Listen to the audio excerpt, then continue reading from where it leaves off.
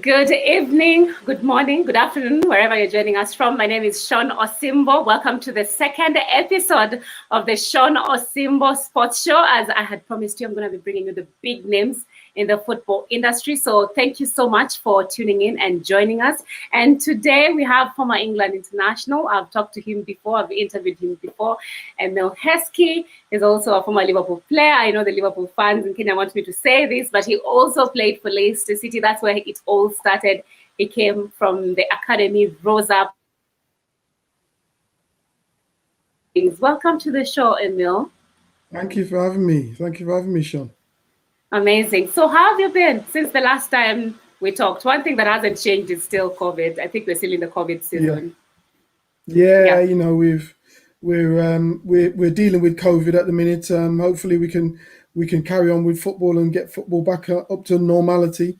But I've just been doing a little bits of media, working within the media in England, and I've joined back up with Leicester City.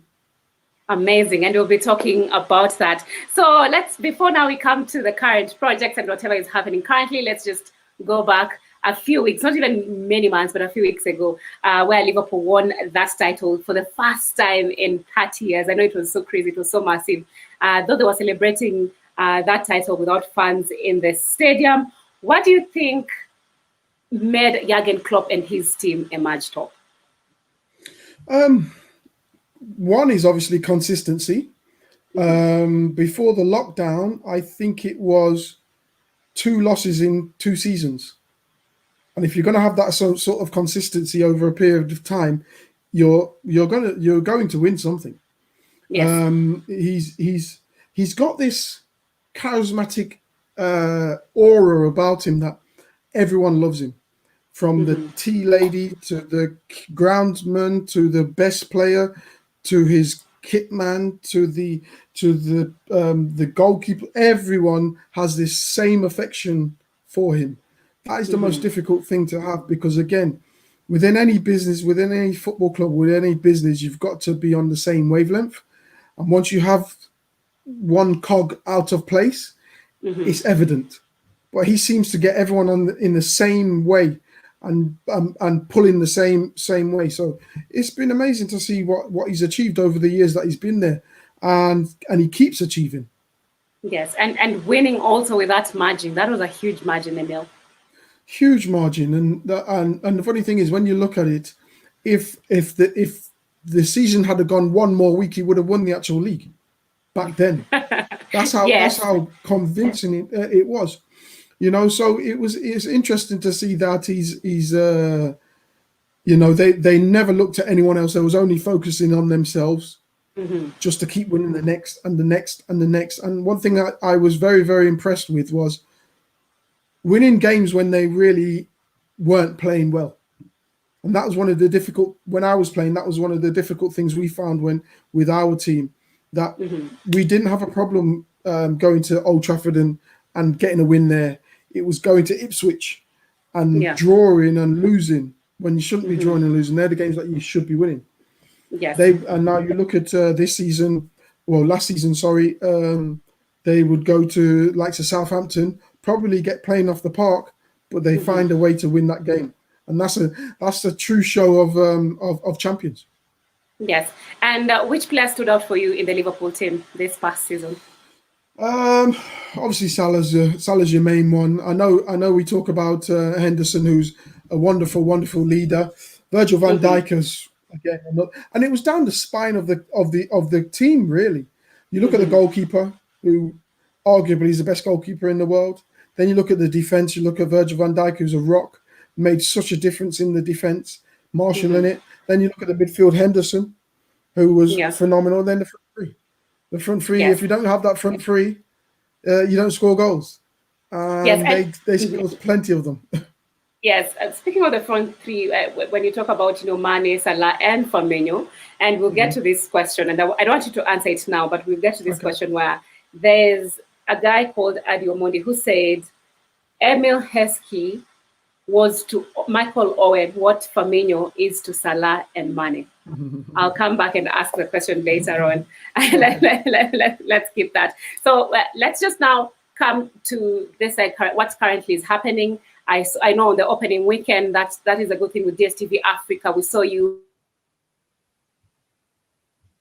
opening weekend of the English Premier League season. Oh my goodness, Liverpool, Leeds United, that was a crazy game, I remember. And you saw the other matches, how they turned out. What are your thoughts on the start of the 2020-2021 season? Do you know, the funny thing is, it's similar to the actual when we started back from the lockdown. It's going to be interesting because no fans. And this is the one thing that people underestimate, the value of the fans. You know, going to Anfield and having 40,000 fans singing "You Never Walk Alone," singing to get the team behind you is huge. And then as well, when you go into them environments which are a bit hostile, and you're an away player, that's you know, you're not going to have that anymore. And then coming towards the 90 minutes and you need to go and push it for a goal, and the fans are pushing you for that goal, and you haven't got that. It's a little bit different. So coming to the start of the season, there's going to be mistakes, and we saw them.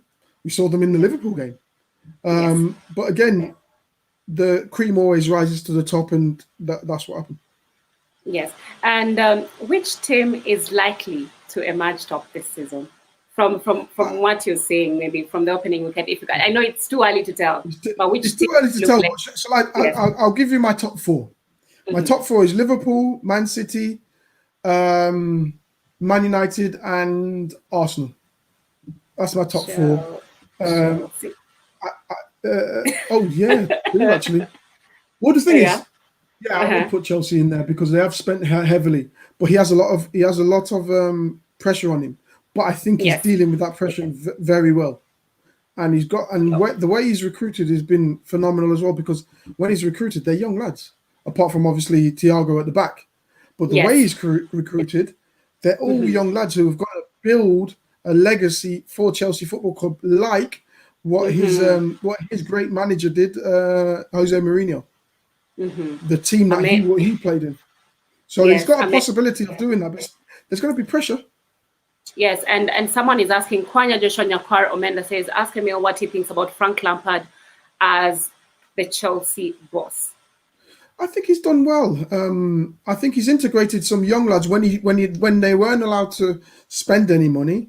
He integrated the young lads very well, but he had time to do that as well, because what you've got to remember, everyone's talking about Mason Mount and players like that. He had them in Derby, so he understood how they play.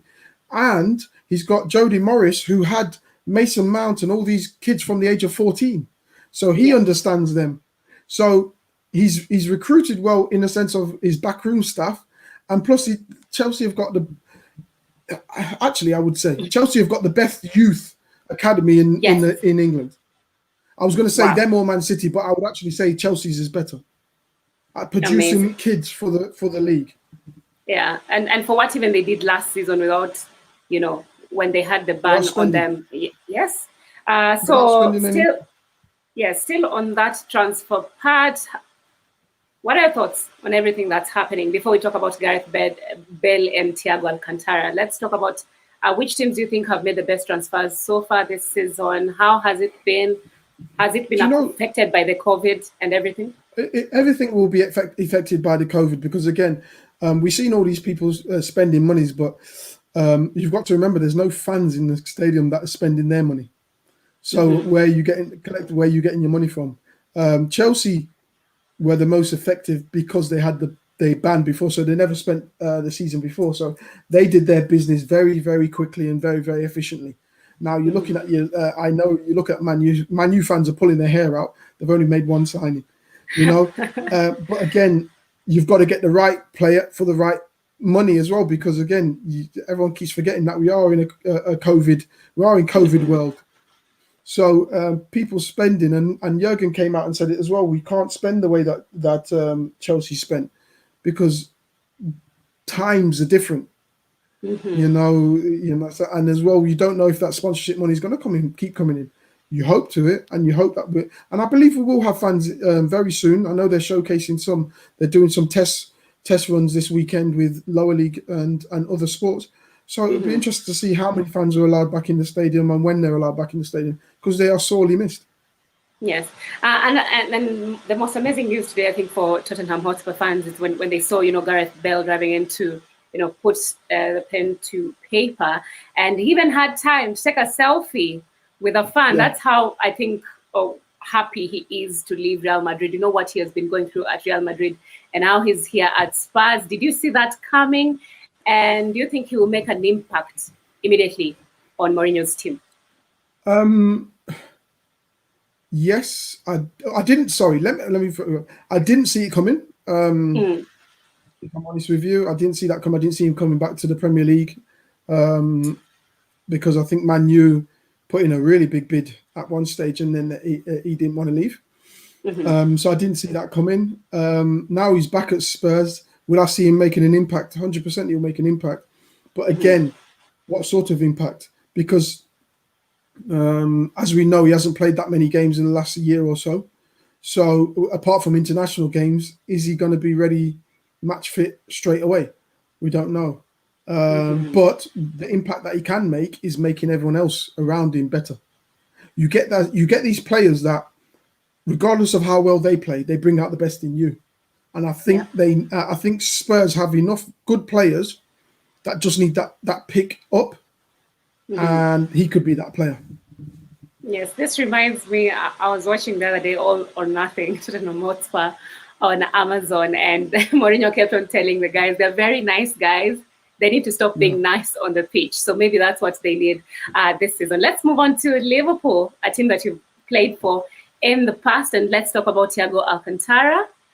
Finally, after weeks and weeks and weeks of waiting and speculation, it has happened. Tell us about that. What do you think about him?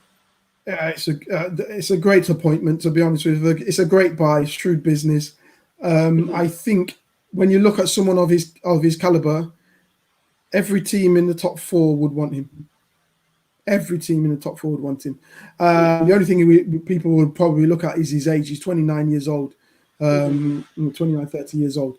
So, but when you're looking at quality and something different to what Liverpool have in that midfield, the vision and the talent and the ability on the ball to go past players, to slide people in, he's that guy. And he's a phenomenal player. So it'd be interesting to see how he deals with the pace of the Premier League, though. That's the only thing. Yes, I agree. The Premier League's pace is on another level. So now, speaking of these new signings and also the players who are still currently in the Premier League, which players do you think will stand out this season? Good one. I would like to say Alcantara, because he's the one that everyone's wanting to see, and he's the one that everyone's the pressure on him is massive. Yeah, it's huge. But again, when you've watched him play, he's got so much ability. It doesn't. Do you think play Coutinho convinced him, because they look like they're very good friends? Do you know what? He could have. Yeah. To be honest with you, because again, he's got this affection, Coutinho, with Liverpool and that. So he could possibly have said, "Wonderful club. If you ever get the chance, you jump at it." Yeah. And he's probably now he's probably put the pressure on it and said, "Yep, I've got to go." I'll probably look at someone like that and say, "Look, that's who's everyone's eyes are on." Havertz didn't have a really good first game. I think the pace of the Premier League took him by surprise. But what I did like was when he needed to put the hard work in, he did it. But he found it very, very tough. So give him a month. He'll be okay after that. Yes, and back to when you talk about pace, let's talk about Marcelo Bielsa. The way he started off against Liverpool, you have to admit he has a rough idea of how this Premier League is going to be this season. Yeah. Well, the thing is, he's such a smart tactician.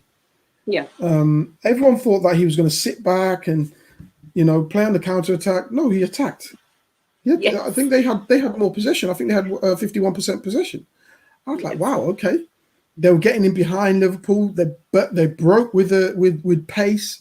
They had their shape and the way that they play with that Calvin sitting in front and spraying the ball around, and they're arguably you'd say probably one of the fittest in the league. It looks like it anyway. The way that they press and they harry. Yes. The funny thing is, it's hats off to him, because a lot of players, a lot of coaches would come into the Premier League and change their style, and he never. I know, and I like how he always sticks with his translator. He has never bothered to learn English. That is so funny.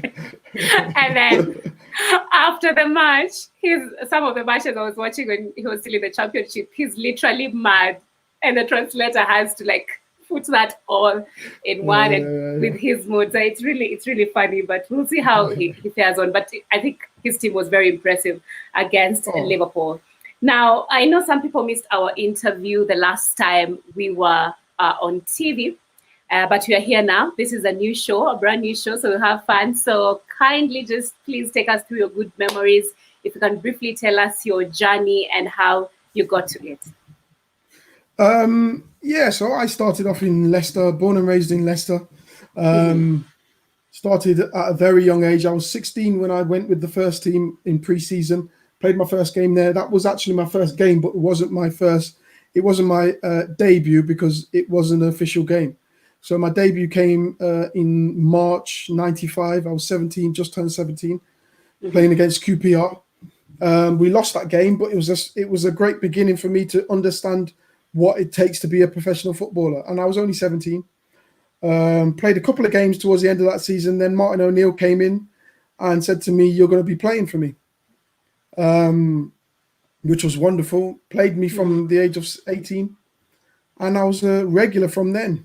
Played for the national teams, youth teams, and then lucky enough to come through and play for the full team as well at the age of 20.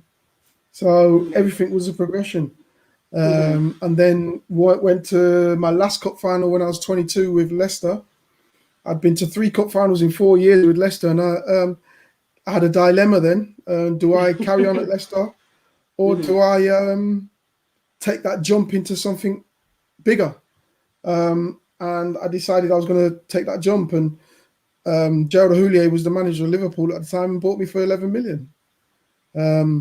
It's funny because if I go back to the England youth, when I played my England youth under 18s, me and Michael up front, Gerald Houllier was the manager of France, and we played against France.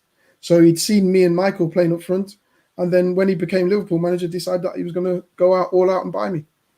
So took that leap into Liverpool, which was phenomenal, going into the biggest club in one of the biggest clubs in the world. And there was pressures, but I never thought about them. I only think about them now.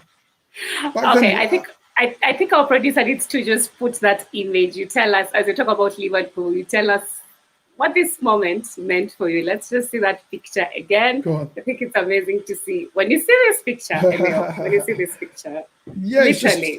It's just so much joy. I remember the actual game. That was Wickham in the League Cup semi-final. I come on and scored a header. And I ran off to the corner there, and I slid on my stomach. Yeah. So looks like a cold, rainy evening. Yeah, but the thing is, you don't even think about all that until after. Amazing. Yeah. So yes, continue. Yeah. Yeah. So made that jump into Liverpool. Never thought too much about the actual price tag and anything like that. I just wanted to play football. I knew I was good. I'd played with a lot of the players, because by then I was in the England setup. So the big draw was obviously playing up front with Michael Owen, who then was a England regular, and has always been a phenomenal player. But again, we formed a partnership that was to take us on for many years to go. That first full season, we won the treble. I was the only forward to play in every single final, and then we play. Then at the end of that season, we won the Charity Shield and Super Cup. So it was five trophies in the space of 4 months or something like that, which was astonishing. Yeah, it was. We just hit the ground running. Everything just went well. The manager bought right. and we gelled right. The manager was a phenomenal person, similar to what Jurgen Klopp does, where he's getting everyone on board and he's getting everyone to feed into his philosophy. Wonderful, wonderful man. And obviously took us to heights that we hadn't seen before as a player, myself anyway.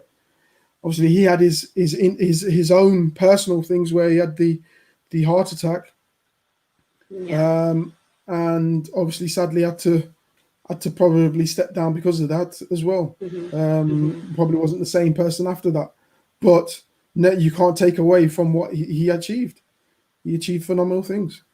Yes, amazing. Now that takes me to Adi Omondi's question when I say you are to Michael Owen, had written it down. What Firmino is to Salah and Mane. Do you ever look back at your career and think you should have scored more? No, I don't, to be honest with you. Again, in a team sport, you find where your niche is, you find where you fit, and you run with it. And I found where I fitted, and I ran with it. The thing is, I scored over 100 goals in the Premier League, and that's not an easy feat for anyone. So, and when you're playing a team sport, not everyone can be that superstar. So you've got to find your own. And again, when you look at Atletico Madrid, and we all wonder, they haven't got superstars. They've got great players, but they haven't got superstars. But they seem to do magnificent things all the time because they're all on the same wavelength. Got no stars, no egos, no nothing. Everyone just wants to win for the manager and for the club. And I was like that. You got to remember, I played left. I think I played left back. Well, I definitely played left wing back, right back. I played centre mid. I played on the wing, and I played up front. So I played everywhere. Wherever anyone wanted me to play, because it's for a team, I did it. I would sacrifice myself, and I'm cool with that. It didn't really bother me. Again, a lot of people think too much about themselves and not necessarily much about the team in a team sport. Yes, I agree. I agree with you. But still, even if Adi is asking about you scoring goals, you are part of an exclusive club having scored 110 goals during your top flight career, exclusive Premier League 100 club. So for those footballers who are it's pretty good. It's pretty good, and it's quite the achievement, Emile. Exactly. So motivation. What is the motivation behind this success? Because this is not an easy feat. No, again, motivation is wanting to better yourself and knowing that you're good enough to be where you get to. So within any sport or within any industry, you probably have it in yourself. People will be saying, "Nope, not good enough. No, this," but you know in yourself that you are, and you've got to. You're not proving anyone anything. You're proving yourself that you know you can be better. So that was it for me. I knew that I was good, and I just wanted to keep pushing. I'll give you an example. I played in 2004. I played in the Euros, and then when the Euros finished, I never got a call. I never played for England again, not even not any level of England again until 2007, and I didn't. No one spoke to me or anything, but I'd already had in my mind, that's fine because I know at some stage you're going to come calling to me, and they did. Yeah. Because I knew I knew my own personal worth, and I never swayed away from that. I never let my mind be swayed away. Oh, I'm not good enough. Or I'm no. I know what my personal worth, and I know they're going to come calling, and they did. So yeah. And your best memory playing for England? The 5-1 in Germany is always going to stand out. That's the one that everyone. It's funny because wherever I am, everyone always remembers that game, and that's the one that everyone always brings up. So it's a wonderful game, and my producer is British. From my side, I can see how he's reacting behind the scenes. He's like, yes. So I think everyone, literally everyone remembers that game. Amazing. So what went on through your mind after that when you guys saw the final score? Do you know what? It was pretty much a blur because we were like, did that really just happen? Because as well, what you got to remember, they hadn't lost a European game, a qualifying game on home soil for 55 matches or 50-something matches. They'd beaten us in the old Wembley, 1-0, Didi Hamann free kick. So, and it was Sven's first competitive game. So it was like, wow. And then you go 1-0 down after 7 minutes. So it seems like everything's against you. but we just dug deep and grinded. It wasn't even grinding out result. We just played very, very well with a young side as well. Wow. So I think this is also a question that I received a lot from the guys who are watching this. What does it take to be a good striker, Emile? Obviously, goals. Goals is the main thing. But again, it's understanding of football. What a manager wants from you, because again, what certain managers want from me might not be what certain managers want from Michael Owen, might not be what certain managers want from Mo Salah, might not be also. So you've got to understand what you bring and what the manager wants from you. So I was good at holding the ball up, bringing it in, playing people, seeing us. I was listening to someone do a commentary not so long ago, and he was talking about he loved playing with a certain player that when the ball went into him, he knows he can just make a run because that ball's not going to be coming back. He's going to hold the ball up and lay me in, and it was the easiest thing to play with them players. When you look at Hazard always wanted the what's his name, plays for France, left-footed. When he was playing for Chelsea, I can't remember his name now. Anyway, because he holds the ball up and he understands how the others play. So again, it's about understanding what the manager wants and understanding your strengths. When your strengths are getting in the box and scoring goal, make sure you be the best at that. When your strengths are holding the ball up, make sure you be the best at that. Make sure you hold the ball up. Make sure you look who's around you. If your strengths are dribbling with the ball, go and dribble with it, but do it in the right areas. Wow, amazing. So let's go to the good news that came out this week. Congratulations on your new appointment at I call it your boyhood club, because that's literally that's where the whole dream came to be. You're the Leicester City Football Club ambassador, where your new role will see you support the development of the women's game. Tell us more about this exciting role. Yeah, I was asked to get involved, obviously, as an ambassador with the women's team, helping them and do a little bit of coaching, a little bit of mentoring, and helping develop the women's game as well. So it's a huge job for myself. But again, it's something that was, I think born out of Susan Whelan, the CEO of Leicester, and the owner, Kuntop, wanting to really push and establish a women's side. Leicester City Women's has been actually going for a while. It's a family called the Morgans. They've been running it, and if you saw it in the picture, the mixed race girl in the picture is the daughter, so she plays for them, and the brother is the manager. And the dad was the owner. So Leicester have taken over that, and they're just giving a real good push to try and get up into the WSL one. And it's going to be interesting to see if we can do it. Well, I'm sure we can do it with a bit of help. But it's a massive project that was started by the Morgan family, and obviously Susan has seen its worth and really taken to it really well, because she's seeing what women's football and where women's football is going. Yes. How serious do you think the women's game is right now at this current moment? How serious? How serious, yes. Yeah. Well, the thing is, I think it's huge. When you're looking at Women's World Cup, it's getting millions of views. We had a game last year. I think it was the Tottenham Derby, the North London Derby, got 34,000 fans in there. England games at Wembley got 40, I think it's 40 or 50,000 fans in. So it's getting bigger. The demographics of the fans are a little bit different, but you can only grow if you get the opportunity to grow. And I think with the right fund and with the right structure, women's football is going to get huge. You've got to remember, if you go back long enough, women's football was getting more fans than men's. Yes. And what steps do you think need to be taken to promote and market the women's game across the world? Good question. I'm guessing you've got to hire the right people to do that marketing, to be honest with you. And the first thing is you've got to get the fundamentals right, which is the structure of grassroots. When you look at grassroots men's and grassroots women's, you've got the girls playing in the boys. Why don't they have their own where they can grow their own and really put a structure together to grow their own? And this is where I think you've got to get the foundation right and grow it that way.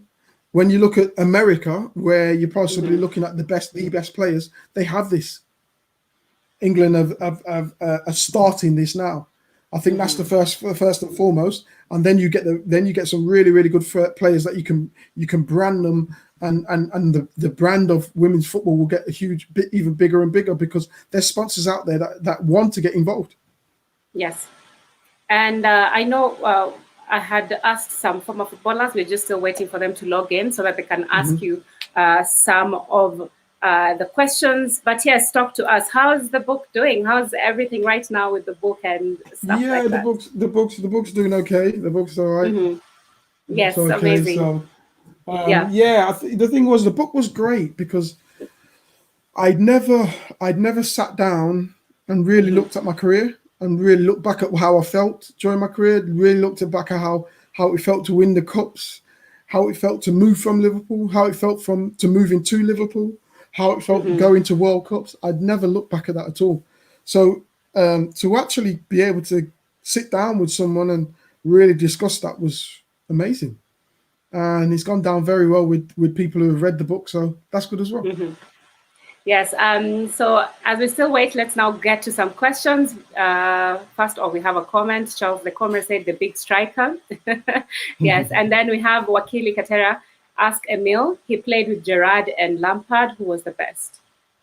Well, I played with Lampard. I played with Gerrard more than Lampard. So I'd have to say Gerrard because, again, I'd seen him in and out of training for a longer period of time, not only with the national team, but with Liverpool as well. So I would say he was more of a driving force. But again, it's horses for courses. A lot of people who played. So if you take the Chelsea lads who played with the national team and Chelsea, they would always choose Lampard because they see him so much and looking at what he actually had to do to achieve where he got to. Yes. Another question, his thoughts on United challenging for a title. Why am I laughing when I'm reading this? Do you think they will do it this season, Man United? No.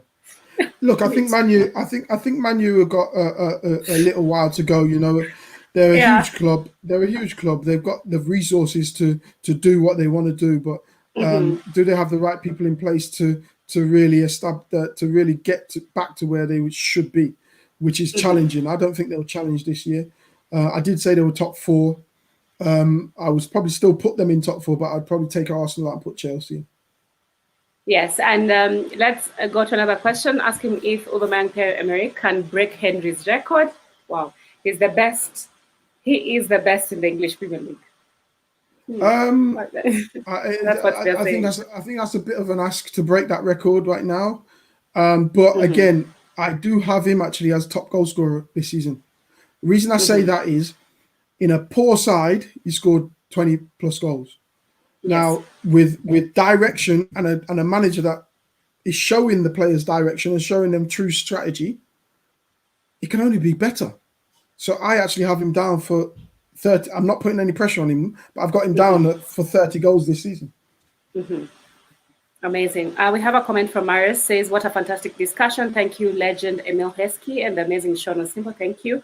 Greetings again from the Athens Women's Football Summit from us watching in New York City, Athens and around the world. Best of luck and success, Emile, in your new role promoting the women's game at LCFC. Phenomenal news. Thank you. Thank you very much.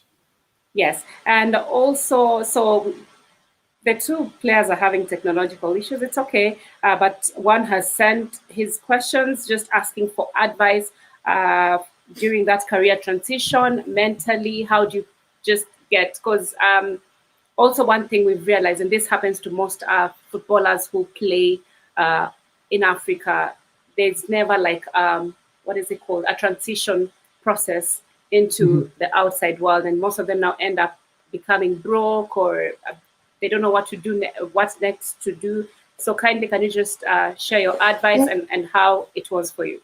The thing is, for me, if I was to go back and do things differently, I would while I'm playing, I would have my coaching badges. While I'm playing, I would actually be planning, working with someone to plan the procedures of what I'm doing next. Because I had 4 years in the wilderness. I still had 4 years where I didn't know what I was doing. Yes, I was doing little bits of media, but it was only a bit. Now, for me, I would have probably planned a bit better and said, well, what is it that I want to do? How can I focus that? How can I get to where I want to be? Like I'm doing my coaching badges now, but why didn't I do it 10 years ago? You know, we have so much time to do these sort of things. And that is one thing I would say when you're transitioning. Your transition period should be from, say, 25 years old. You should be planning all that from then, where you're learning certain things. Whether it be, I don't know, you might want to be a lawyer. Learn that practice, because you've got a little bit of you've got a lot of time while you're playing. You know, this is something that that hopefully I can bring into even the women's game, where I think they're more open to that. That you have a second career alongside your football career. Yes, and now we have the other player, former player. He has managed to connect. Let me just add here. Okay, wait a minute. There you go. Innocent Mutiso, welcome. So I will let you pose your question to the legend Emile. Go ahead, Innocent. You can introduce yourself and you can brag a bit also. Hi, Emile. Hi, Emile. How are you doing?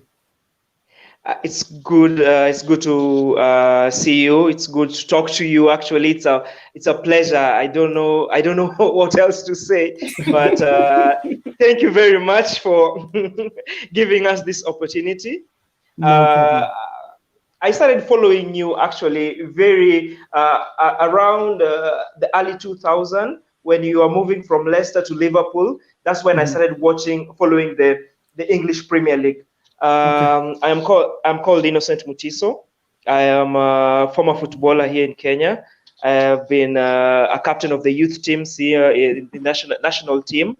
I've also played in the senior team. I am the immediate former president of the English version of the PFA. That in Kenya it's called Kenya Footballers Welfare Association. I am also a mentor, just like you, for upcoming footballers and also the current footballers. And currently, I am vying for the vice presidency of the English version of the FA. Here in Kenya, it's called Football Kenya Federation. Yeah. Oh, congratulations. And thank you very much. And I must say, you have played over almost around 800 appearances, and you've scored over 150 goals. That's a milestone, and congratulations for that.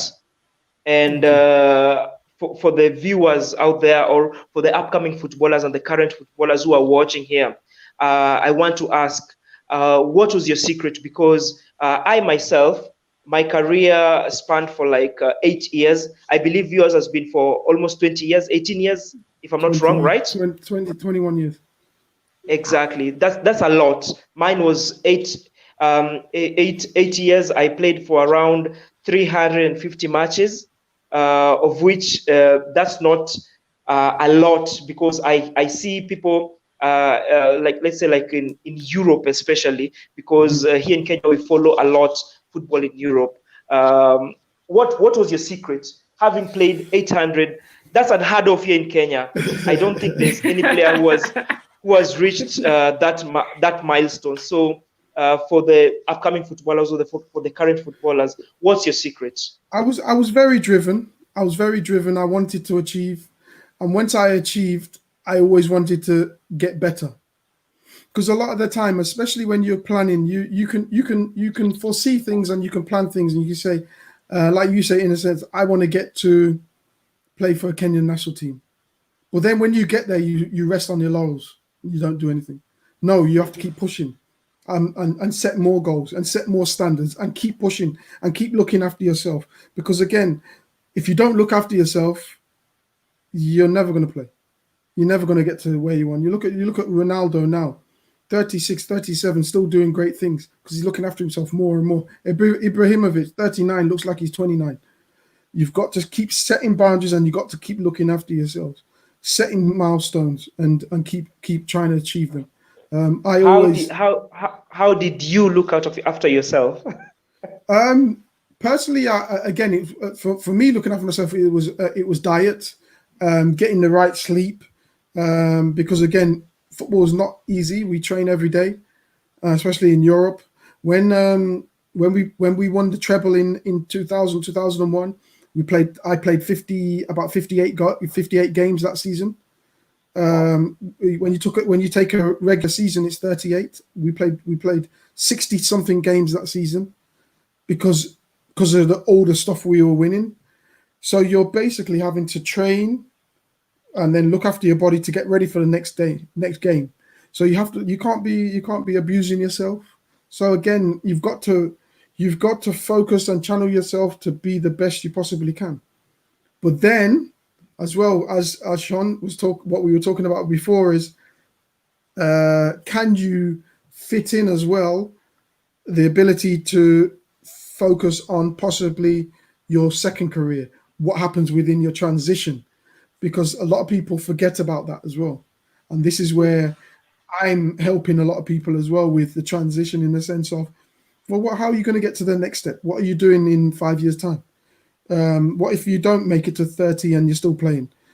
But if you're doing this, and this, it might be another pathway for you. So these are the things you've got to look at as well. That's good. I actually quit football. I decided to hang my boots in my late 20s, of which still very many people until now tell me that I quit too early. But I had to. I decided to quit football because I had an injury, and the team that I was playing in, they terminated my contract after getting an ACL injury, actually. And I wanted to fight for the footballers who were going through the same thing that I was going through.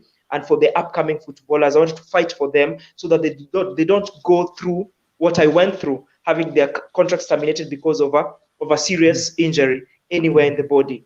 And I managed to do that.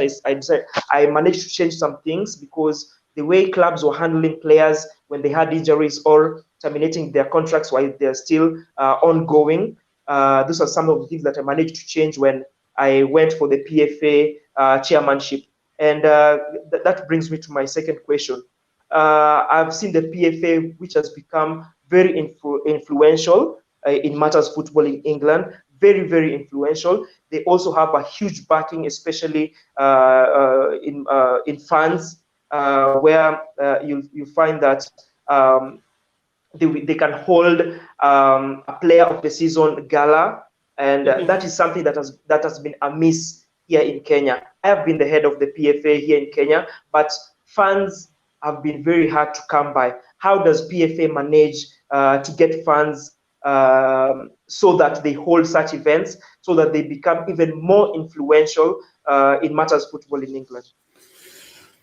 So the structure with the PFA in England is, we as players, we pay a subscription, a yearly subscription.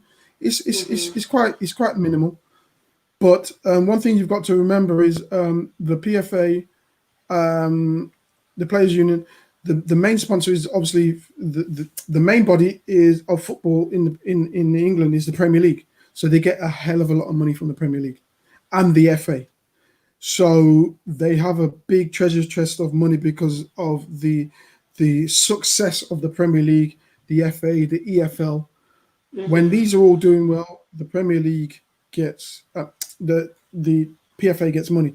I believe, don't quote me on this, but I believe they get a percentage of every transfer as well. Wow. They get a small percentage of every transfer. So the transfer for Alcantara coming in here, they would get a small percentage of that as well. I don't know what the percentage is, but they get, the revenue is very, very good. They've done a mass, but you've got to remember it's the oldest running football union in the world. The PFA is. So they've been running for a long time, and they've slowly just got to where they've got to, and the structure is really running really well.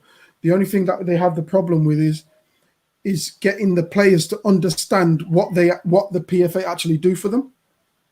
They do a hell of a lot, but the players don't they don't feed into that until they finish. No, feed into it now because it's players' welfare. When you're, like you're saying, when you're suffering from depression or anything like that, that's who you should be going to. When you're having problems, financial problems, that's who you're supposed to be going to. When you're having any other problems, that's who you're supposed to be going to. And I don't think the players understand that as much as they should do. Yes, and I like how you're saying how the PFA is also like the body that literally takes care of the players. And I pray and hope the Kenyan players who are watching right now and who have been under you, Innocent, at some point, they can take up this, and we need to start having this conversation of going forward when it comes to taking care of players in the country. Okay, Innocent, as we wrap up, because we don't have time, kindly your last question to the legend concerning your career transition and such. Actually, what I've been doing, mentoring young upcoming footballers and also the current footballers, I always tell them how my journey through football has been, even if it was a very short period. But I always tell them our football career, especially here in Kenya, is very precarious. Any footballer in the world, their career is very precarious. You'll find that at the least you can play is maybe 7 to 10 years. But the most, if you take care of yourself, like you said, you took care of yourself, you can go up until 20 years. So the three things I always tell them to make sure that they value them. I always say that the 3 C's in football. That's what made me have a life after football, because here in Kenya there has been a very huge problem whenever players retire from football or their footballing career is cut short. The 3 C's of football, according to me, is a commitment, both on and off the pitch, communication on and off the pitch, and also character on and off the pitch. You have to have character in order to have a very long career in football. And also you have to be ambitious in football, because for me, I've played in big teams here in Kenya, and it's because I was ambitious. And right now I'm also ambitious when I want to go for the vice presidency of the Kenyan FA. And actually you've given me some very good tips, very useful tips. I know very well that I will not let the players down when I get that seat. I have to empower the PFA because I've seen you've said something very that is very crucial, is that the Premier League actually funds the PFA. That is something very crucial. It has not been happening here in Kenya. They are like a different entity. They do not work in tandem with the Kenyan FA. So I think those are some of the things that I will try to change. That's it for me. Yes. I don't have any other question, but it's been a pleasure talking to you. Thank you, Innocent. Thank you, Innocent. You should have spilled more of the secrets of Kenyan football. But anyway, so Emile, thank you so much. That was Innocent, a former footballer. He's very famous here in the country. We had others, but yeah, due to technological issues, we can do this some other time. Yeah. So anyway, we just have comments. People just saying, good show, tuned. Great to hear also Innocent talk about it on behalf of players. Yeah, so I think so many Kenyan players are also watching this and learning from this. So finally, what's next for Emile Heskey? Going forward, what's happening? I've already seen you in studio, so any other thing? Yeah, to be honest with you, I'm just starting on my road with the women's football, and I hope that this will be a long journey for us together in the women's, and helping them develop a real proper pathway for some up and coming young girls in football in Leicester. Amazing. All the best. And I know we'll be just here to promote and talk about women's football every day. Thank you so much for joining us on the second episode of the Shon Osimbo Sports Show. Thank you so much for gracing our screens, the digital age. We keep on doing this every 2 weeks, I think, because the schedule is packed. But thank you so much for joining us. It was lovely talking to you. Just a quick thank you to the producer behind the scenes, that's Ed Bowers, all the way in the UK. And then we have Sanch of Sanch Photography. And then we have JP, who's done all the graphics. So thank you so much for all the guys behind the scenes for doing this and helping us out with this. Emile, it has been a pleasure. next Thank you, time. Shon. All the best. Thank you.